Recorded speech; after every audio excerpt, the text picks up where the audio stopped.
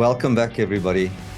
You know what? This week, I am so excited, really, really excited. So Willem Olivier, he will tell us what's his preference at the moment. Has been a friend of mine for, Willem, 15 plus years. Yeah. And we worked together for at least 3.5 years, very closely. And today I'm doing a little bit of an intro of this friend of mine that has been, I would call him Mr. Attitude. When I met Willem for the first time, he was like this energetic person that is just so full of energy, and an amazing mining superintendent at the time. He was so passionate about mechanization and transforming the underground industry in mining in South Africa at the time, with like world leading research and development and technical mechanization.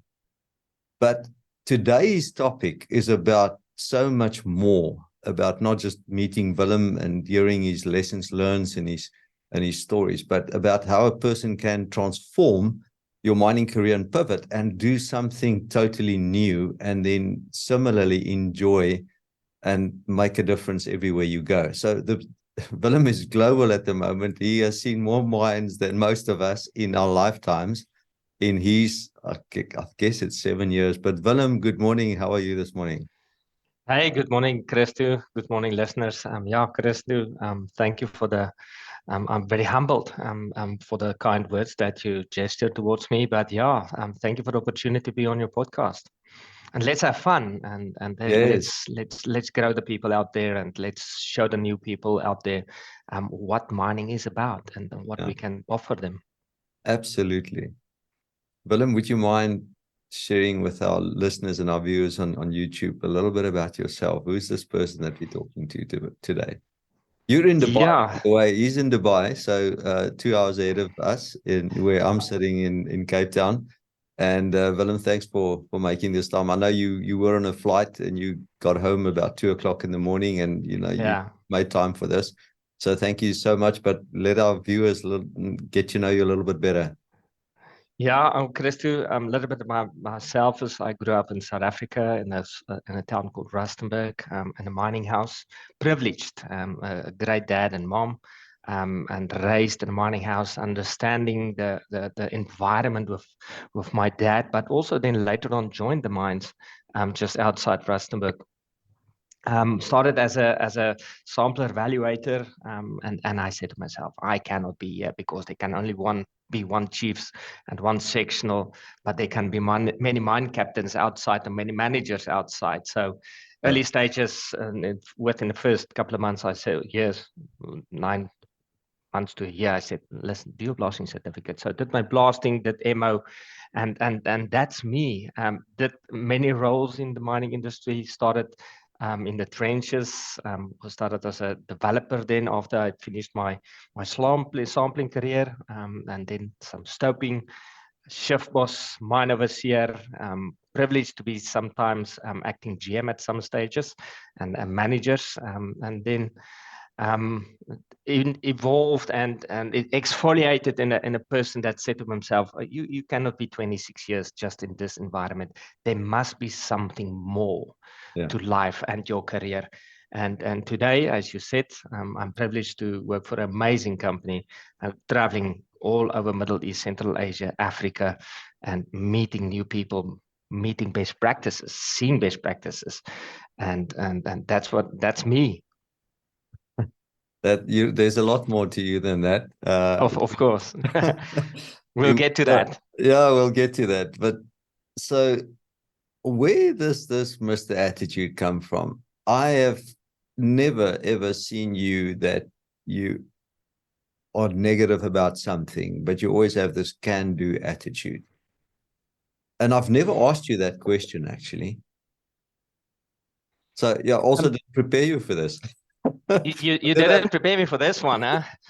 You know what? If you know my dad, you will know that my dad is very passionate about life, and I was raised in a family, very humble family, very happy family, and that grow into you as a person.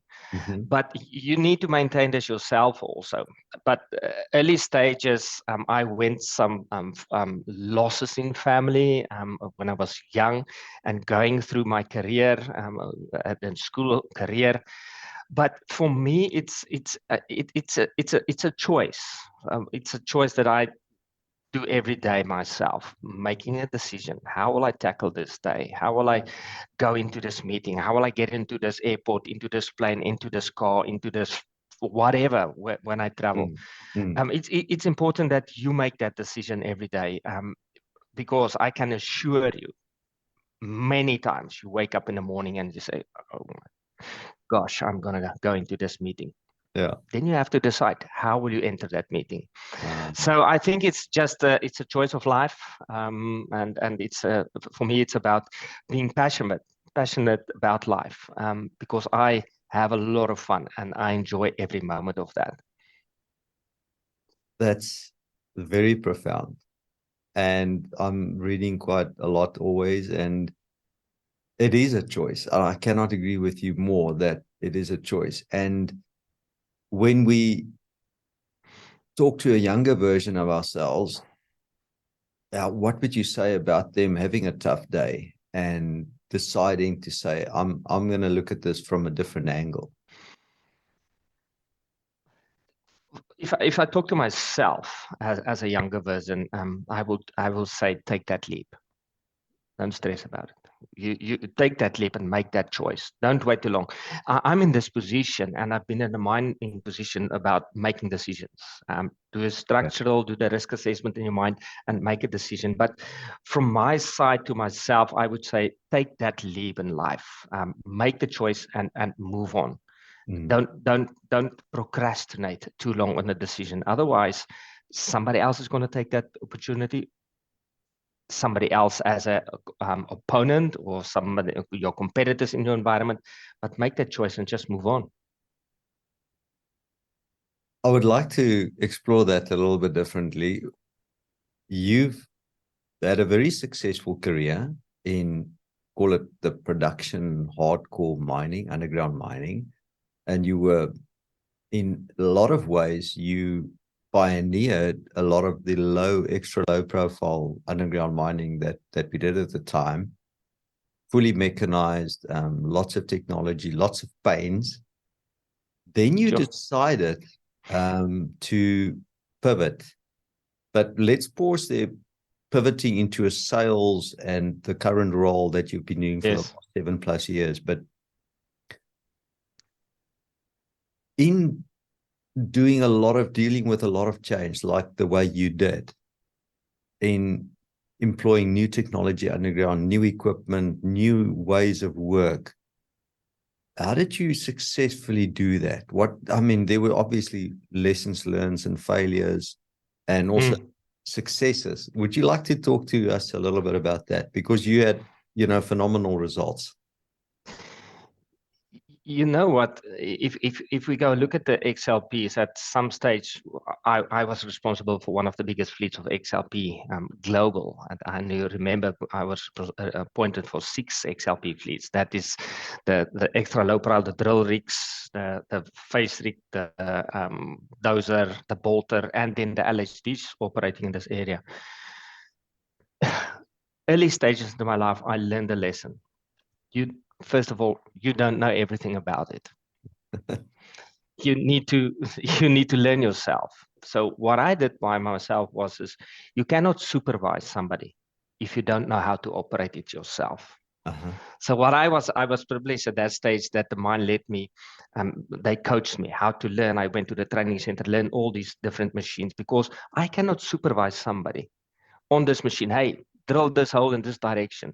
Yes. Bolt like this, if I don't understand the machine. So I went through all the training, got all the licenses for the different machines, so that if the person tell me, but the machine cannot do this, I Yeah. need to understand, yes, it cannot, Yeah. because then I'm not going to force this person. Yeah. Very important, secondly, is understanding the team leaders, understanding your supervisors, understanding their issues they have, because you must remember when we introduced extra low profile machines in South Africa, It was only me and my neighboring mine that had the XLPs, your previous employer. And there was a lot of competition between the two companies, between the mine overseers. And I can assure you, when we see each other in the mall walking around, we will snap at each other. Yeah, did you see my amount of satays I did this month with one fleet of XLPs? But important is to understand your people, to listen to what they say, but also to hear. There's a difference between listening to what they're telling you and hearing what he's actually trying to tell you and saying to you. Yeah.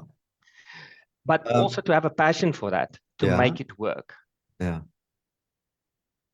Sorry, I interrupted you, Willem. Please carry on.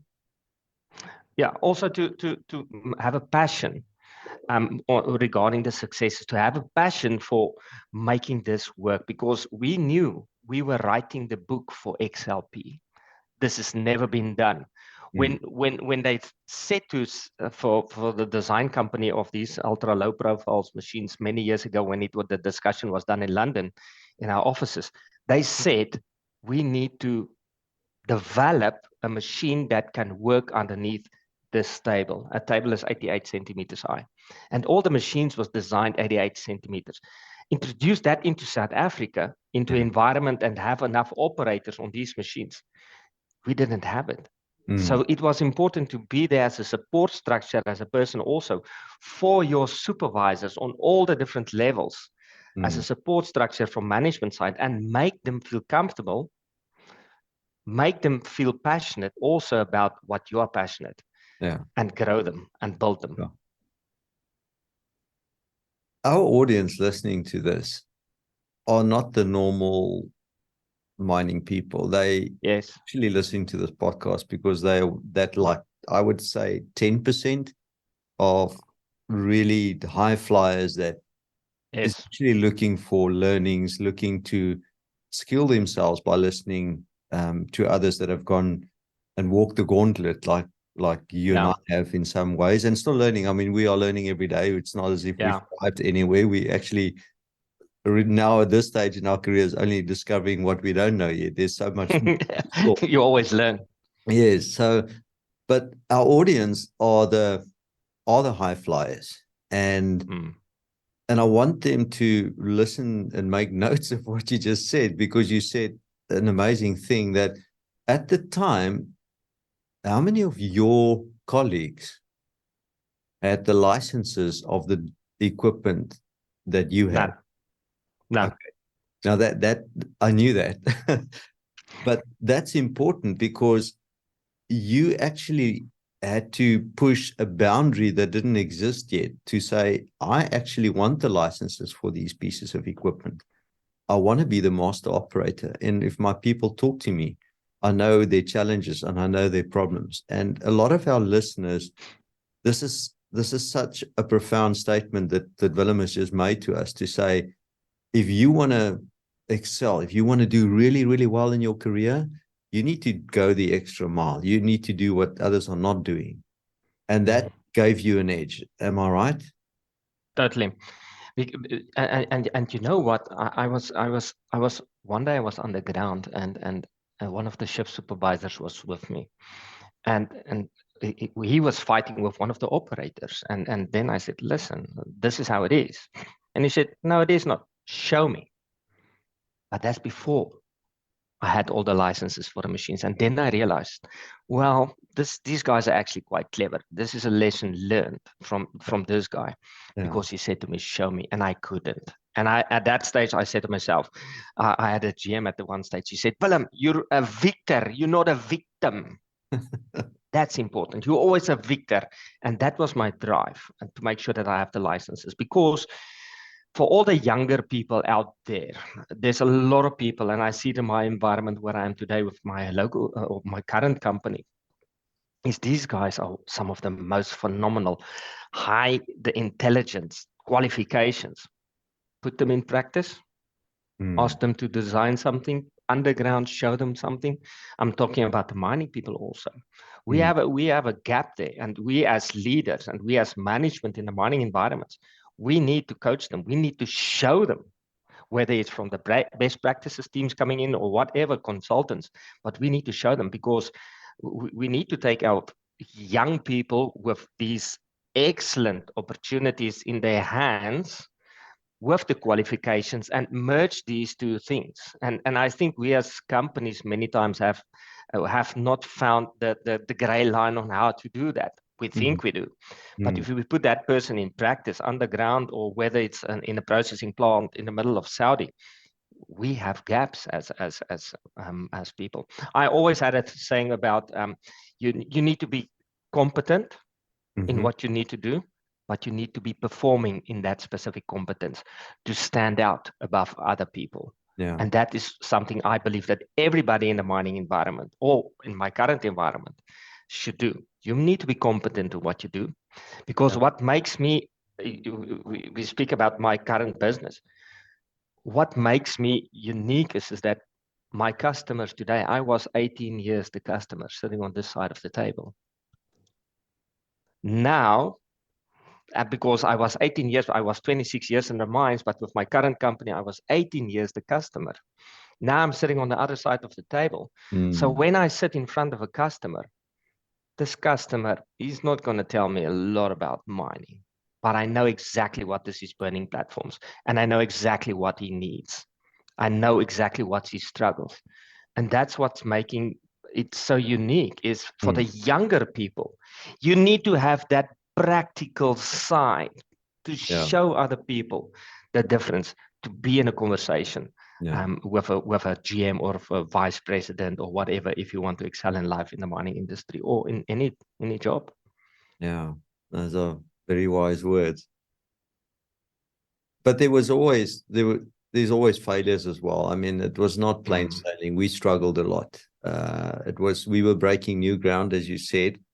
And I remember I joined the team that you were part of as well, because it was groundbreaking stuff. We were doing new stuff in the technology space underground, and I think we both share an equal amount of passion for technology in a different way. But it's never equal. But it was never easy. I mean, what were there some major failures and things that went wrong, and how does one deal with that as they come along? Christo, if I sit today in front of you and say I did not have any failures in my mining career or currently my current position, I would be lying. We have failures every day, whether it's a logistical issue, whether it's a customer issue, whether it's a product issue. But if I take back to the mining environment, I had many failures, whether it's taking the tunnels through dikes, faults, we have thousands of liters of water on the other side.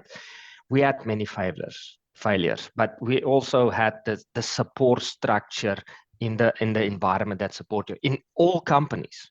Whether it's in the mines, whether it's my current company, where I am, you have so much support structures that can support you. There is always a person that picks up something that you drop. And we must understand, we as people, we are just human. We can make mistakes, but at cost of other people. But that is why we have, I always had this joke of my dad, that's why, and Gerrit Verensberg, one of my mentors in life, that's why the Health and Safety Act is there. It's not a person wrote it because we need it. It's because of failures which we had in minds to guide us into the future. So from my side, I had many failures. My biggest regrets today is the failures that I had towards families, that the husband got hurt or we had fatalities. That's my biggest failure. And if you haven't dealt with that situation yet in life, don't be judgmental on that. Don't judge the people sitting there, because this is gonna bring reality quite to you soon. But you need to be strong, and you need to face the music. If you talk to my previous leaders and managers, if you make a mistake, tell them, I messed up. Because then they know exactly what to do. If you're going to sit silent and just maintain it yourself, no, tell them, I messed up. This is my mistake. So that in future, we can make sure that we have something, whether it's a procedure, whether it's a policy, to support you, because you are just human. Look, we're getting paid big bucks to play with explosives and blow up stuff, so things can go wrong. So yeah, no, that would be my feedback. Those are very wise words. Talk about them. Tell your boss I've stuffed up. Yeah. All my bosses will tell you, Willie is always, some of them always said, Willie, you're too honest. You don't belong in this business. Don't be so honest. You're gonna get your whip. But anyway, yeah, it's honesty is always important in the environment. In our environment, at some stage, I was managing people plus 2,000 people, whole shaft of people when I was the overseer myself on that shaft, and you expect the same from them. Because I always tell the people, tell me if you have a problem issue underground, tell me. Don't wait until the failure happens and then you expect me to be calm and manage this. Tell me beforehand about this. Then I can make a decision and support you so that we assess the risk so that it don't go into failures. And if I look back, is in many of the failures I had, it's because of a little bit of honesty, being dishonest about the whole situation. And this is, at the end of the day, it will come back to you. Yeah, it will bite. Yes, definitely. And I can only echo what you're saying because it has been my experience as well. I've not found not one. I cannot recall one of my leaders that didn't appreciate me raising a hand and say, I need help. This has gone wrong. This was a mistake. This, I stuffed up. I remember the one time it was I think it was a few $1 million worth of a mistake, and I was like, a mining mistake is usually a few $1 million, huh? You know what do I do now? And I was like, okay, phone the guy. I said, look, I need to, I'll put my resignation in. I realized this is my mistake, and it was never. They won't accept it. You create it. You fix it. You fix it. That's it. Yeah, I had that one discussion many times, Christo. many times. Yeah, so I think we all have. Yeah, that's a wonderful learning, Willem. And then a lot of our people listening are considering a career change, actually, to pivot.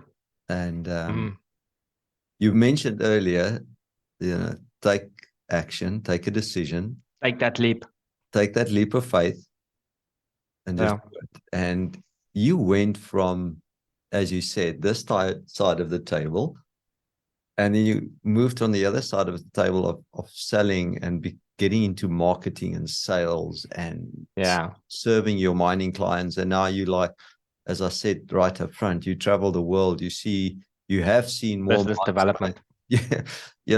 What did you say when we started, before the recording started? How many places have you visited in the last 7 days? 7 countries in 6 weeks. 7 countries in 6 weeks.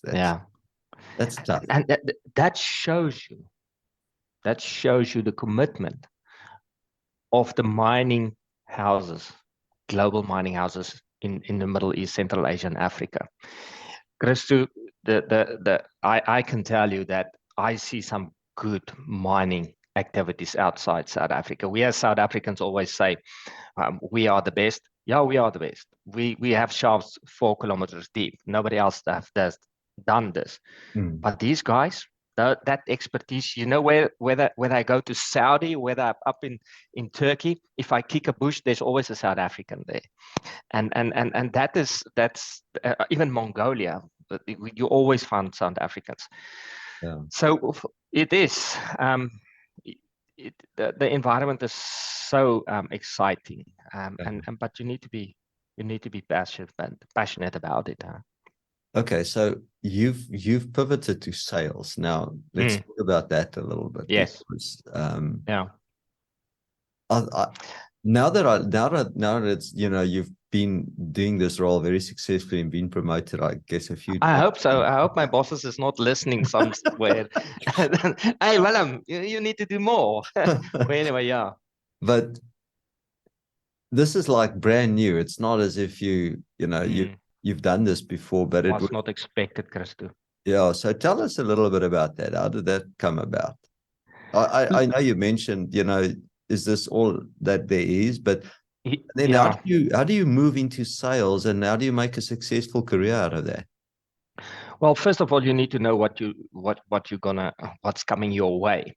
I can tell you, my current boss, I joined this current company, and within 3 months, so I moved from South Africa to Dubai, and within the first 3 months, he called me in, and we were sitting down, and I was furious, and then he said about the situation, and I was standing up, I was closing the laptop, I was packing up, I'm going back to Dubai, back to South Africa, Yeah. and you know what?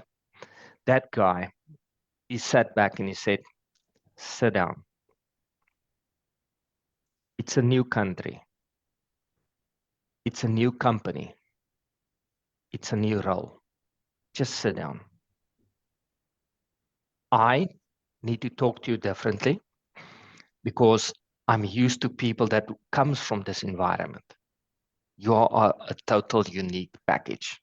And you know what? The mentorship and the guidance these guys give you, who are also passionate about the life and about marketing, that is very important.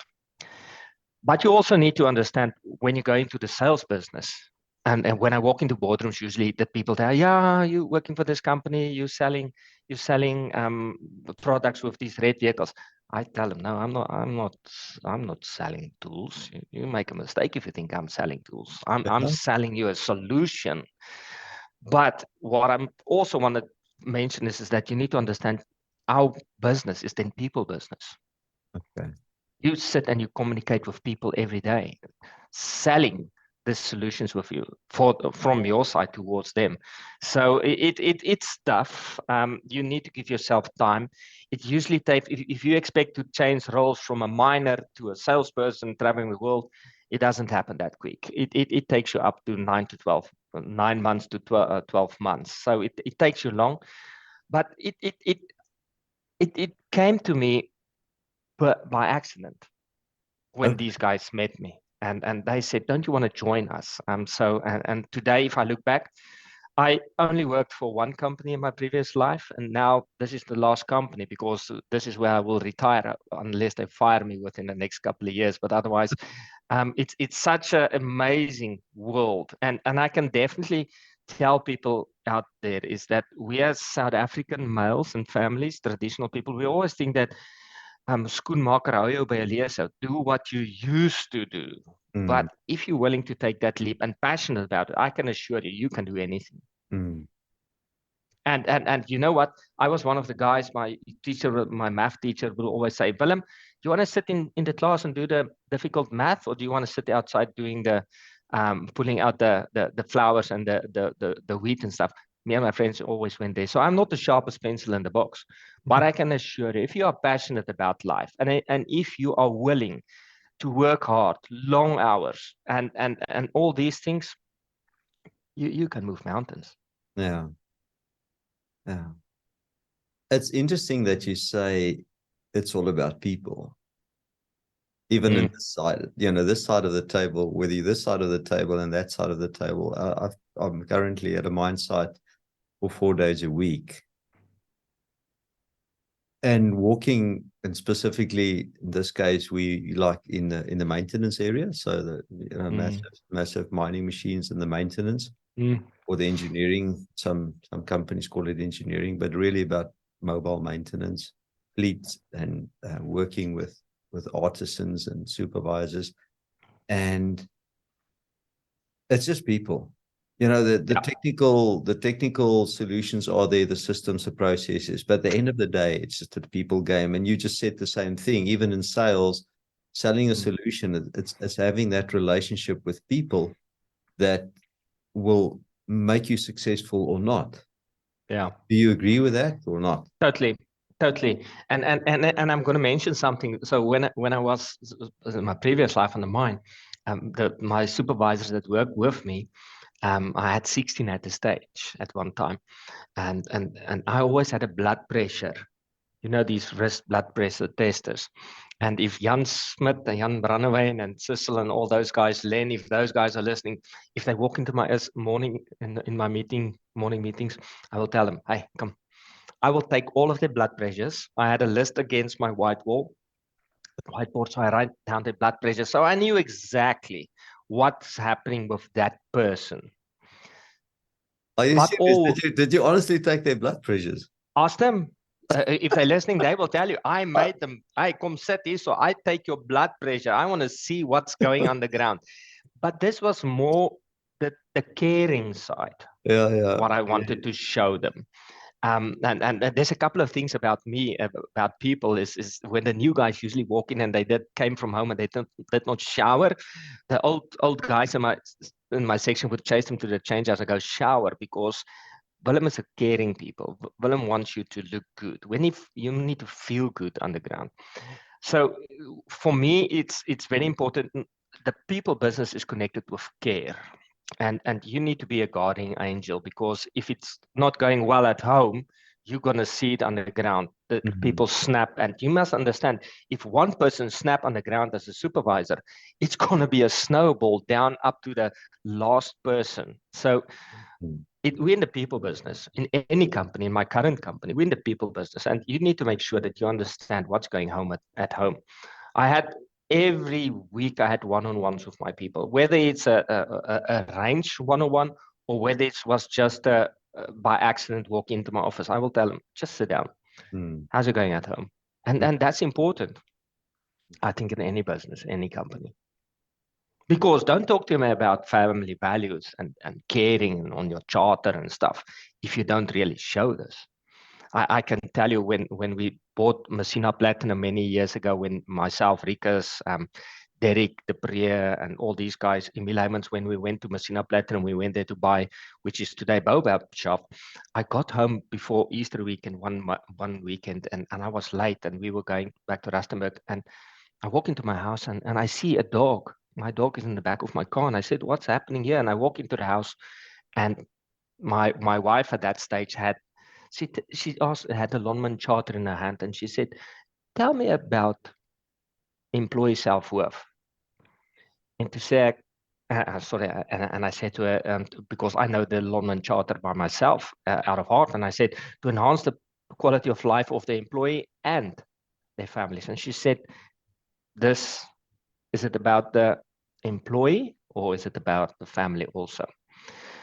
And these are knockers, Christo. What we do at work always play back at home. And we need to take care of this. And we need to make sure that we support our better halves at the end and our families.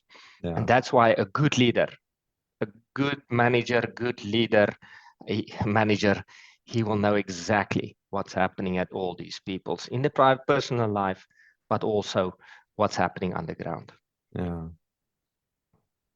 Very wise words. Blood pressures. I should have taken a picture of that, but yeah, it happened. Yeah.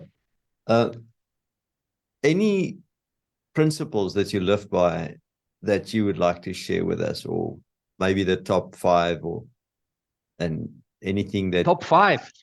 That's a lot, Christo. Well, I only have 5, but some people have 2, and that takes them it takes them exponentially to different places. So whatever, how many you've got, you can list 10 as well. Yeah. Principles in general for myself is and we spoke about honesty first of all, and then also that thing, early bird catches the worm, and then the next principle is being passionate about what you do. I had supervisors that said to other supervisors, if you can't handle the heat, get out of the kitchen. So for me, it's number 3 is to be passionate about something. Don't do something that you don't like. Okay. Why? Make a change. Do something. Discuss. Change sections. Move companies. Take that leap, but don't be in a position that you don't want to be, that you don't enjoy, because that can change for you. Look at your health. Principles I try, because I travel quite a lot. But first of all, take care of your health when you're still very young. Because when you're 50, my age, then it gets back to you because you didn't watch your health at that stage. So make sure that you look after your health when you're still young. And now also, maintain everything. Go for those checkups. When I was on the mine, you will go every 6 months for checkups. Make sure that that happens. Watch your health. And then also, it's making sure that your loved ones are safe and your loved ones are taken care of. So those are basically what I would say. No. There are many, and when you said 5, and I said to myself, Christo, that's a lot. But actually, if you just think about what you as a person stand for in life, you have a lot of principles.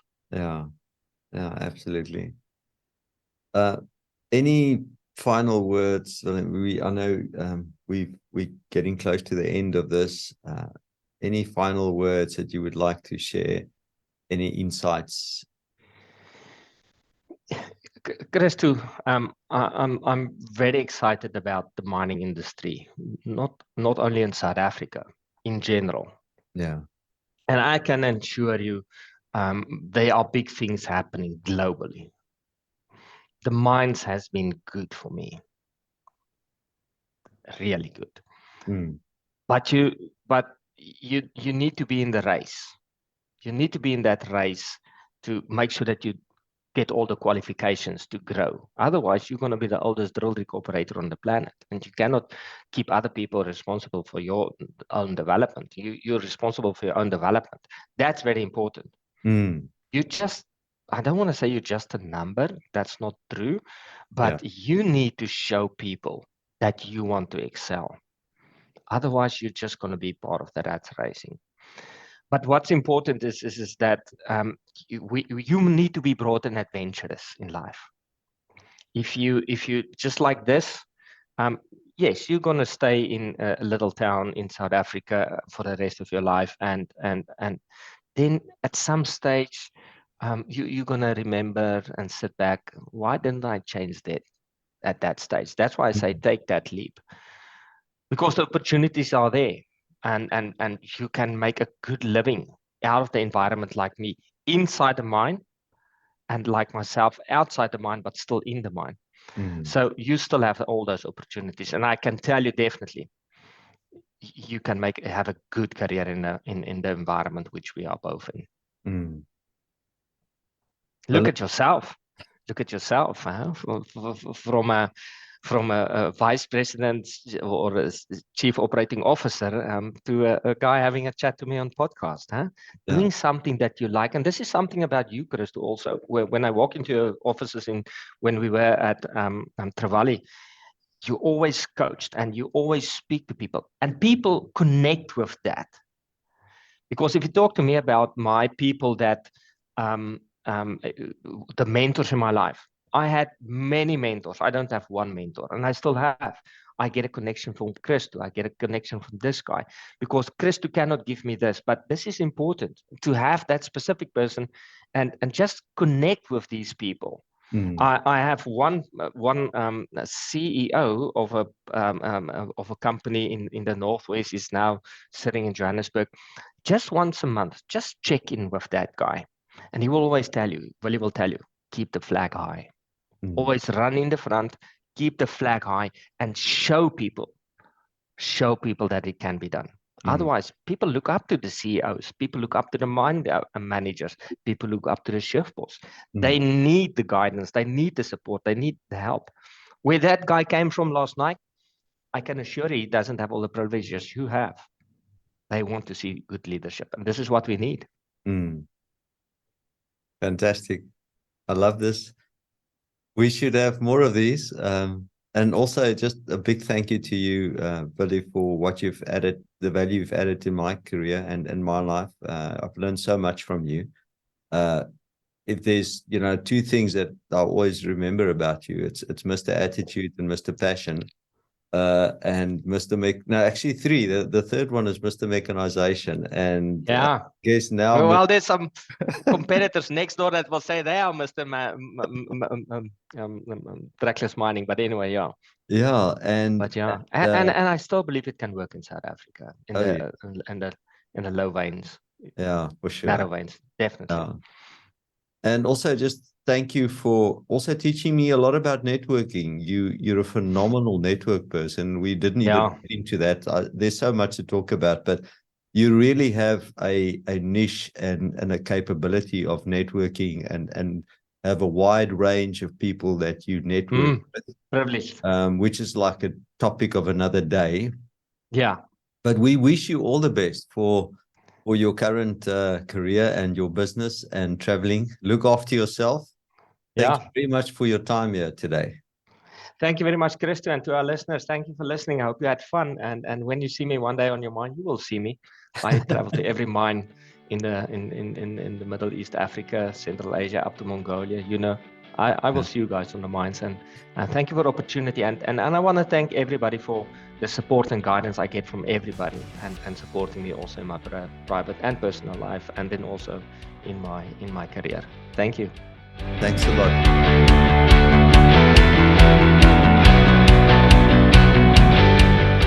Welcome back, everybody. That was such a fantastic conversation with Willem, a good friend of mine. And I've written down 3 learnings that stood out for me today, but there were a lot more. And the podcast, you probably have to listen to this again, or we must get him back on the show. Number 1, make a decision. Take that leap of faith. The second thing, the global mining industry is an exciting place to be and part of. Number 3, if you want to stand out amongst your peers, you need to do more than what they are doing or do it differently. Thank you very much for listening. Thanks for watching. Enjoy your mining and have fun. Cheers.